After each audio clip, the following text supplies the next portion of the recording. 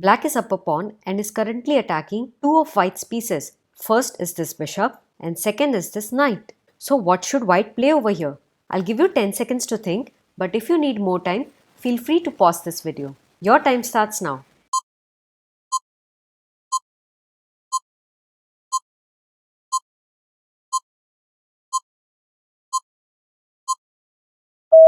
So this puzzle must have been a bit easy for you because with the opponent's king and queen lined up on the same file, it's very easy to find the winning move over here.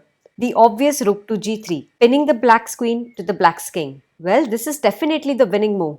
But after queen captures rook, now your winning advantage in the game depends on your next move.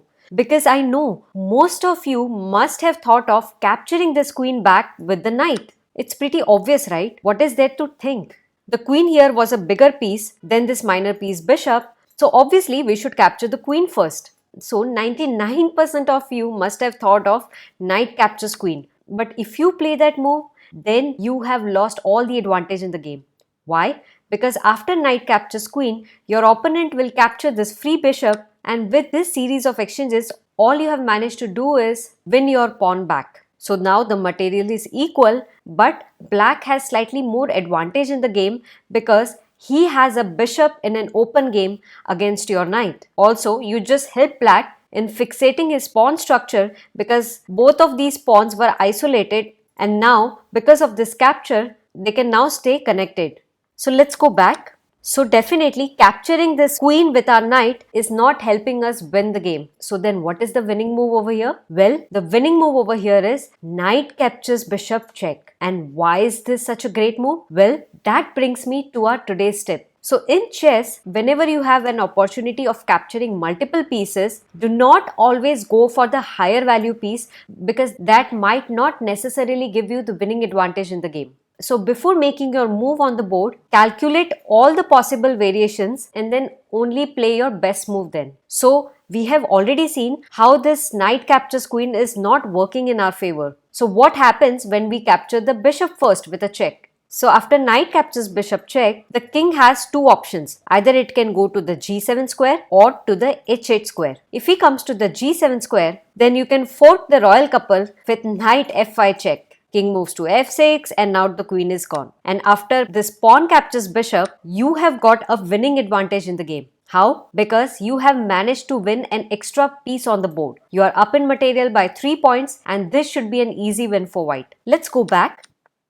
What if the king doesn't come over here and rather goes to the corner? Then in that case, you can play another strong move. But before I show you the move, I want you to give this a try. I'll give you 10 seconds to think. What should white play now?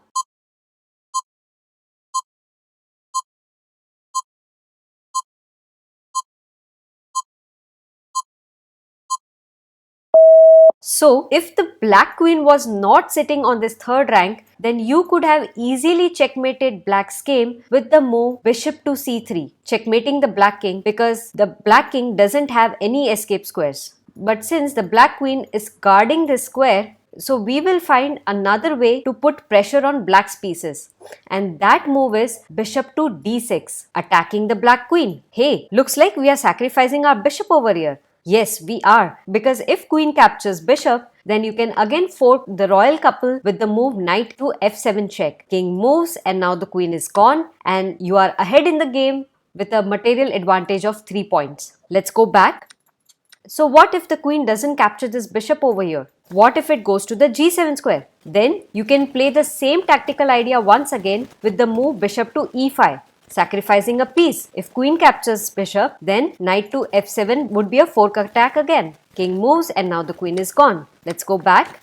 And what if the queen goes to the g6 square? Then in that case, you can play bishop to e5 check anyway. The king doesn't have any squares to go.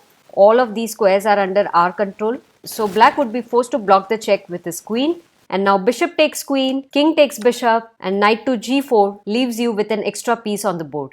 So before making the obvious move on the board, spend some time in calculating all the other possible variations so as to make sure that you do not miss out on any golden opportunity that the board has for you.